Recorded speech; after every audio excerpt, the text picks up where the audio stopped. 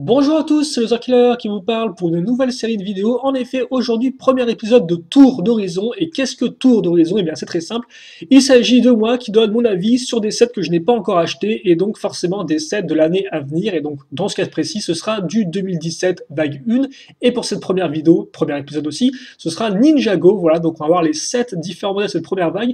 Et je vais donner un avis assez rapide sur chacun des modèles, comment je le perçois et tout. Et donc, voilà. Donc, 3 points qu'on commence. Le premier, c'est que forcément, l'avis que je donnais, ça se trouve, je vais aussi le répéter après en live construction ou en review, parce que des fois, mon avis ne change pas tellement, même après que j'ai acheté les modèles. Voilà.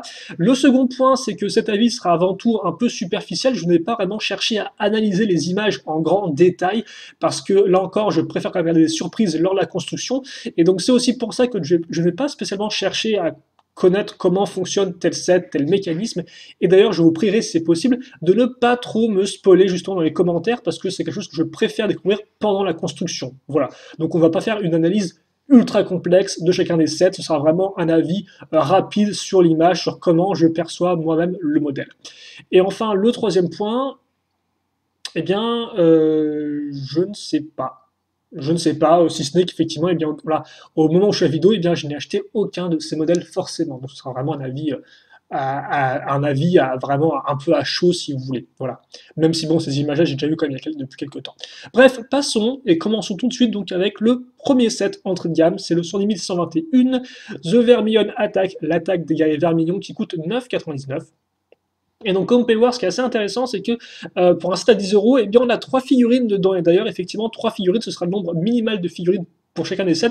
C'est quand même plutôt cool en termes de jouabilité, je trouve. Et des figurines qui, d'ailleurs, ont l'air quand même plutôt jolies. Alors là encore, je n'ai pas trop compté combien on aurait dit de différents types de guerriers. Vermillon, je suppose qu'on aura sûrement 3 types peut-être de guerriers différents avec ensuite 1 à 2 figurines de grands chefs, ce genre de choses-là.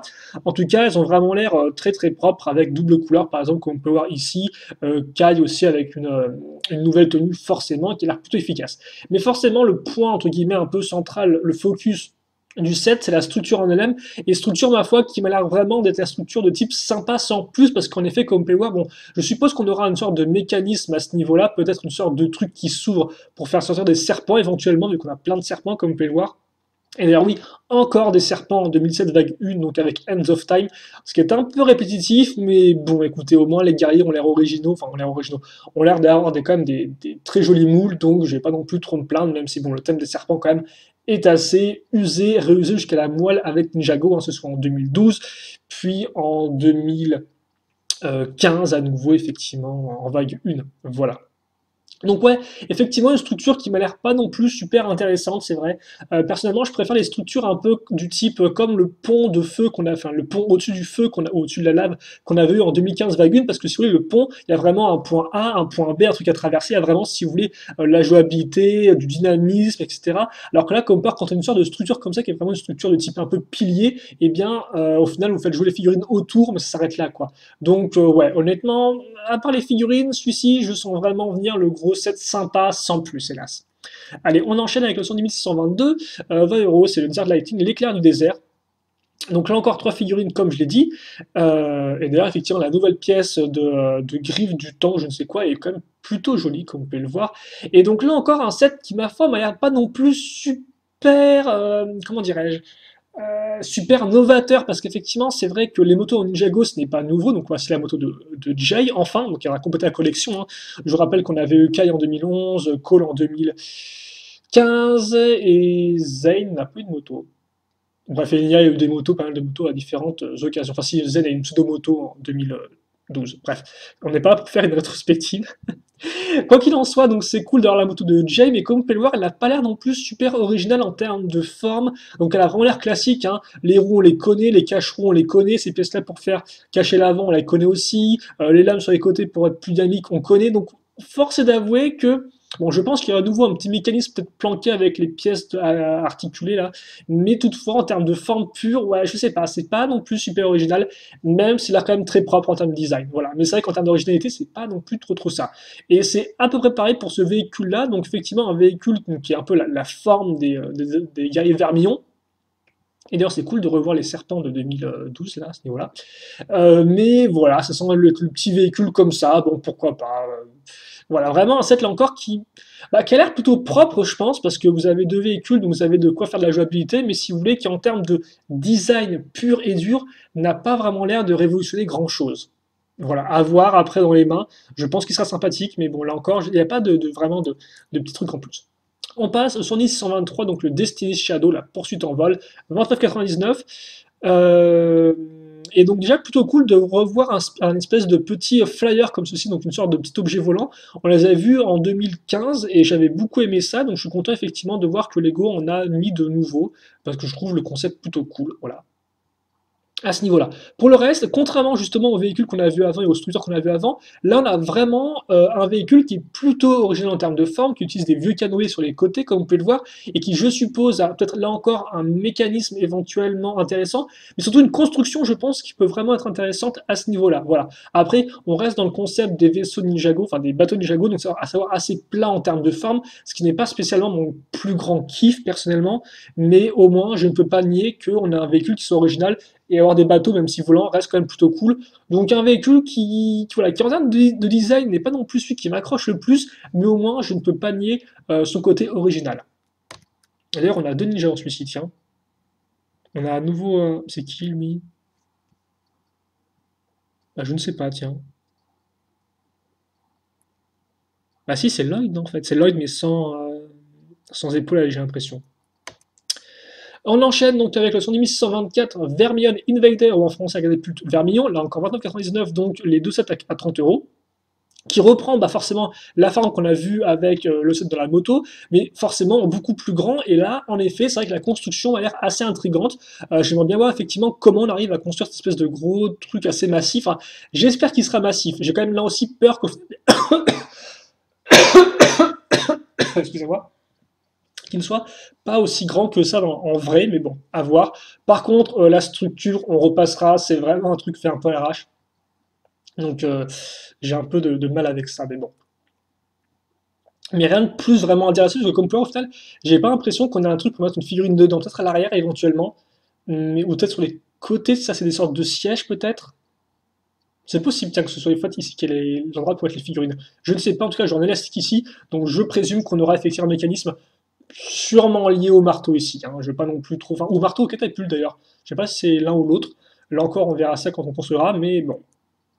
Voilà. Mais c'est vrai que là encore, si vous voulez, autant la forme serait assez originale, mais je sais pas, il n'y a rien vraiment qui accroche dans ce set-là. Je sais pas pourquoi. Et comme quoi, en fait, c'est vrai que je disais, il y a trois figurines minimum, mais en fait, il y a vraiment trois figurines sur les quatre premiers sets. Hein. Il n'y en a pas une de plus ni une de moins, quoi. On passe au 110 125, le Samurai VXL, ou le Samurai VXL en français, il y a juste le qui a été rajouté, 39,99.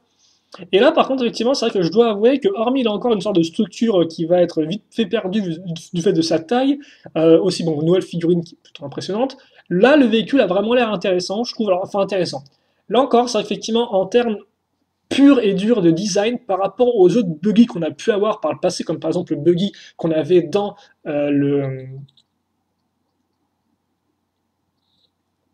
le set du Mecha Dragon, par exemple, le buggy de Samurai X, déjà à l'époque, qui était de couleur blanche, et donc qui était emprunté par Lloyd et son père, pour justement s'enfuir très, très très loin. Et bien effectivement, c'est vrai que la forme n'est pas non plus spécialement super originale, quoi. Ça reste un buggy classique, il n'y a rien de révolutionnaire, même si quand même je sens venir le 2 en 1. Voilà, alors peut-être avec un vaisseau ou une sorte de sous-marin éventuellement, peut-être, je ne sais pas. Mais en tout cas, voilà. Mais en tout cas, c'est vrai qu'il a l'air assez massif en termes de taille, assez important à tenir entre les mains. Donc honnêtement, celui-ci, j'attends pas mal de ce set-là, voilà. Et d'ailleurs, nouvelle tenue visiblement pour Samurai X, ou alors une sorte de faux Samurai X, je ne sais pas. Finalement, elle n'est plus Samurai X. Donc, ouais, en tout cas, ce set-là est le premier vraiment qui m'intrigue vraiment bien, je dois avouer. Même si honnêtement, je pense que ceux-ci, je l'apprécierais aussi à leur juste valeur. Hein. Bon, voilà. On passe ensuite à son 626, le Dawn of Iron Doom, ou l'attaque de la prison Vermillon, 59,99, donc le premier set vraiment très coûteux. Et d'ailleurs, je l'ai pas vu, on a un petit hors-bord, tiens. Plutôt cool, ça. Enfin, hors-bord ou jet ski, après tout. Avec d'autres figurines, même des figurines avec des capes, oh, c'est plutôt intriguant. Il y a quand même pas mal de figurines. Ouais, rien que le fait effectivement qu'on ait trois figurines par set fait qu'on en aura au moins. On aura combien au final en tout? 3, 6 et 9 et 12 et 16 et 22 et 28. Ok, on aura 28 figurines en tout, ce qui honnêtement est quand même, si j'ai pas mal compté, 28 figurines, ce qui est quand même franchement impressionnant. Ouais, d'ailleurs, il y a les différentes pièces de trucs qui se mettent ici sur les côtés. Tiens, donc comme ça, comme quoi, je découvre des trucs aussi en même temps que vous, enfin peut-être pas en même temps que vous, en tout cas, je découvre des nouvelles choses. Et des pièces supplémentaires, tiens, ici, ça parle des coupes de cheveux, donc peut-être des pièces pour eux éventuellement, à voir. Donc oui, comme je disais, enfin non, comme je ne disais pas du tout, nous avons ici une sorte de, alors soit c'est vraiment une sorte de gros serpent, c'est une sorte de méca, mais déjà je peux souligner le fait que j'apprécie que on ait une sorte de serpent en brique un peu plus massif, car en effet, souvenez-vous, le premier gros serpent en brique qu'on avait eu, c'était le Grand Dévoreur dans le set du Epic Dragon Battle, si je dis pas de bêtises, en 2012. Et c'est vrai que le Grand Dévoreur n'était pas si grand que ça, ni si vraiment impressionnant que ça. Donc là, j'ai l'impression qu'ils ont fait une sorte de Grand Dévoreur 2.0 avec des bras, etc. Et donc lui, il a vraiment l'air impressionnant. Et quand même, lui, j'ai quand même assez hâte de le construire parce que je pense que la construction peut être vraiment intéressante. Donc honnêtement, plutôt cool. En plus, on a une structure donc, qui est scalée, effectivement. Elle n'est pas non plus extrêmement grandiloquente, mais bon, prison, l'espèce d'œufs, on dirait, etc., font vraiment, ça c'est un bon set. Et catapulte peut-être pour une figurine ici éventuellement, pour le lancer contre le Grand Dévoreur, enfin contre l'Iron Doom peut-être, donc il faudrait dire la malédiction de fer en français. Hein. Voilà. Parce qu'effectivement, les noms français des sets, des fois, ne sont pas des traductions, ne sont pas les traductions pures et dures du nom du set anglais. Voilà. Donc lui honnêtement, ouais, là encore est plutôt, honnêtement j'attends pas mal de choses. Franchement, ce que je trouve que lui est plutôt cool, plutôt original en termes de forme, on a vu ça assez peu de fois, donc honnêtement j'en attends pas mal de choses de celui-ci. Et on passe enfin au dernier set avec le 127, le Dragon's Forge ou la Forge du Dragon, 87-99, qui est intéressant déjà pour des choses au niveau des figurines, parce que comme nous aurons les parents de Kai et Nia, donc les anciens maîtres élémentaires, on aura aussi beaucoup d'armes. Forcément, c'est une forge, tu me diras, c'est normal. Et donc, oui, effectivement, nous aurons plusieurs choses. Donc, nous aurons cette espèce de truc qui, honnêtement, n'est pas très très impressionnant, je trouve. Et je ne comprends pas non plus trop ces sortes de doigts serpentineux à queue, comme ça. C'est un peu. Ça, c'est pas top, voilà. Par contre, donc pour le reste, un dragon double tête avec un côté bicolore qui est vraiment cool. Je suis pas vraiment le plus grand fan des dragons, mais lui, je pense qu'il peut être assez intéressant à construire et aussi en termes de forme, même s'il m'a quand même l'air assez carré. Et là aussi, il n'a pas non plus l'air d'apporter beaucoup de choses vraiment nouvelles en termes de design, si ce n'est forcément le côté bicolore qui est quand même le plus important aussi, on est d'accord. Mais c'est vrai que par exemple, comme on peut le voir là, hein, on connaît ces pièces-là pour les pattes, on connaît ces pièces-là pour les ailes, etc., etc. Quoi. Mais bon, quoi qu'il en soit, bon concept de dragon, et la forge en elle-même qui rappellera fortement les structures qu'on a eues en 2011, ce qui est quand même pas plus mal, je trouve, avec ce côté un peu plus, comment dirais-je, pas ancestral, mais euh, c'est pas non plus antique, traditionnel, voilà, effectivement, le côté un peu plus asiatique traditionnel que par rapport à d'autres sets qu'on a pu avoir plus récemment, même si bon, tu me diras, on a quand même une bonne dose de temple au final très traditionnel aussi, mais c'est vrai qu'effectivement la forge a ce côté un peu accueillant et aussi dans son côté un peu ouvert, même si je pense avec les pièces charnières là qu'on pourra refermer tout ça au final, rappelle effectivement le dojo qu'on avait eu là encore en 2011. Voilà. Donc c'est vrai qu'effectivement, on a quand même des côtés un peu 2011-esque dans les sets de 2017 qui sont assez intéressants, vu qu'effectivement, c'est quand même là encore censé un peu boucler la boucle, si vous voulez, parce que c'est vrai que les personnages, voilà, plein de personnages ont eu au final leur année pour eux. Hein. Par exemple, Lloyd c'était 2012, 2012 même 2013, Zen c'est 2014, en 2015 on a eu, je sais pas trop qui en a eu en première vague, tu me diras.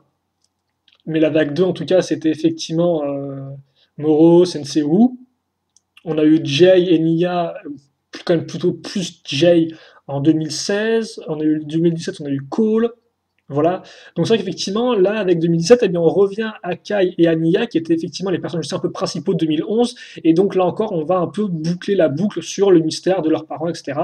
Et donc, avant de passer au film, le film Ninjago, d'ailleurs, qui je vous rappelle, normalement, a une histoire totalement différente, hein, vu que maintenant les ninjas iront à l'école, etc. Donc c'est bon, voilà, c'est quand même assez différent. Donc je pense que ce serait le film sera une sorte de reboot de l'univers un peu. Et donc à voir si après, effectivement, après le film, on continue sur ce qu'a fait la série ou si on repart du film, en fait, si vous voulez. Moi, personnellement, je pense qu'on va plus repartir du film pour être plus frais. Ce qui veut dire qu'effectivement, là, avec 2007, eh bien, on a peut-être affaire à la dernière vraie vague commencée en 2011, quoi, si vous voulez. Et honnêtement, après 6-7 ans d'histoire, c'est tout à fait acceptable, j'ai envie de dire. Hein, vu qu'effectivement, on commence peut-être un peu à tourner en rond. Donc voilà.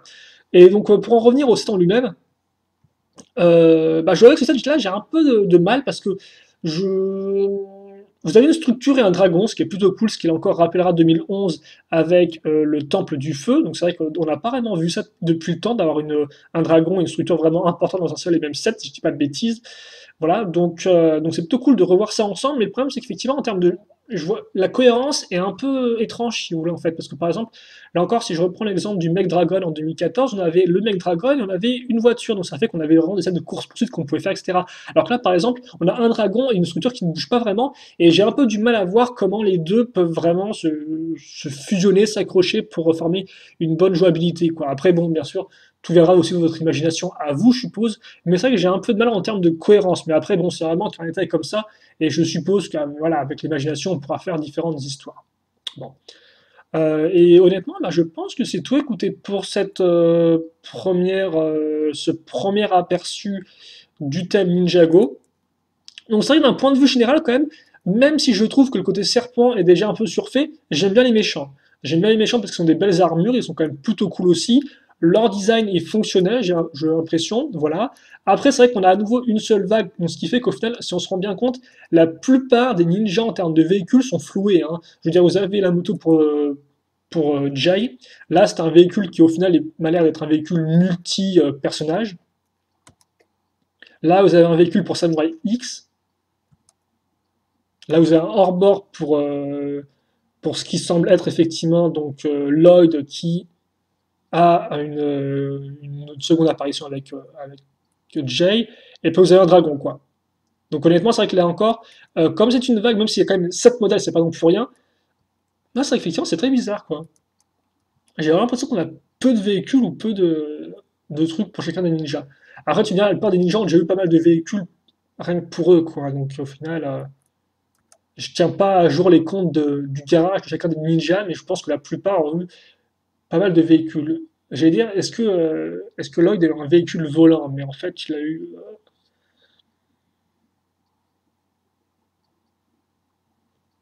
il a eu un jetpack en 2015, avec Skybound. Il a eu un vrai véhicule volant avec Skybound aussi, qui était une sorte, ouais, là encore une sorte de booster dans le dos. Après, il a apparemment eu d'hélicoptère ou d'avion. Ouais, non, il me semble pas qu'il ait un hélicoptère ou un avion, Lloyd. Je peux me tromper, vraiment. Dans les commentaires, c'est pas me dire si je me trompe ou pas. En tout cas, voilà. C'est vrai qu'effectivement, c'est vrai qu'on a quand même le second buggy pour Samurai X, quoi. Mais c'est cool, on pourra mettre les deux côte à côte et voir un peu les similarités et les différences. Donc c'est toujours cool de pouvoir compléter des choses comme ça. Donc bon, une vague, effectivement, qui est peut-être pas non plus la plus ambitieuse, vous l'avez compris, mais qui, je pense, aura quand même des sets quand même encore de qualité malgré ce manque vraiment un peu d'ambition. En tout cas, nous, on va se quitter là-dessus. J'espère que vous avez apprécié cette vidéo. J'espère que mes commentaires ont été un minimum constructifs. S'ils n'ont pas été, voilà. Après, là encore, l'idée est vraiment de commencer la discussion avec vous, hein. Vous aussi, vous me dites un peu ce que vous pensez des méchants, quel est votre modèle préféré, celui que vous attendez le plus, etc. Donc voilà. Là encore, c'est plus pour discuter qu'autre chose. Et puis surtout, ça me permettrait effectivement de donner mon avis sur des sets que peut-être je n'achèterai pas. Et donc justement, dans les commentaires, n'hésitez pas aussi à me dire quel thème vous voulez que je fasse ensuite. Nexonite, Star Wars, Marvel, Creator, City, Speed Champions, etc. Donc n'hésitez pas, Minecraft, n'hésitez pas à me dire quel thème vous voulez que je commente ensuite pour que voilà, vous donniez un peu aussi mon avis, mon ressenti sur les sets. Et c'est vrai qu'effectivement, comme certains sets, je ne risque pas de les acheter, peut-être que j'y passerai plus de temps pour effectivement plus chercher à les comprendre. Voilà, donc bah écoutez, on va se quitter là-dessus, c'est amplement suffisant pour cette fois-ci. Et donc là encore, eh bien, commentaires, questions, allez-y, passez une bonne journée, une bonne soirée, ce que vous voulez. Portez-vous bien, surtout en les temps qui courent. Et puis on se retrouve très prochainement donc, pour une nouvelle vidéo. Allez, salut à tous et à toutes.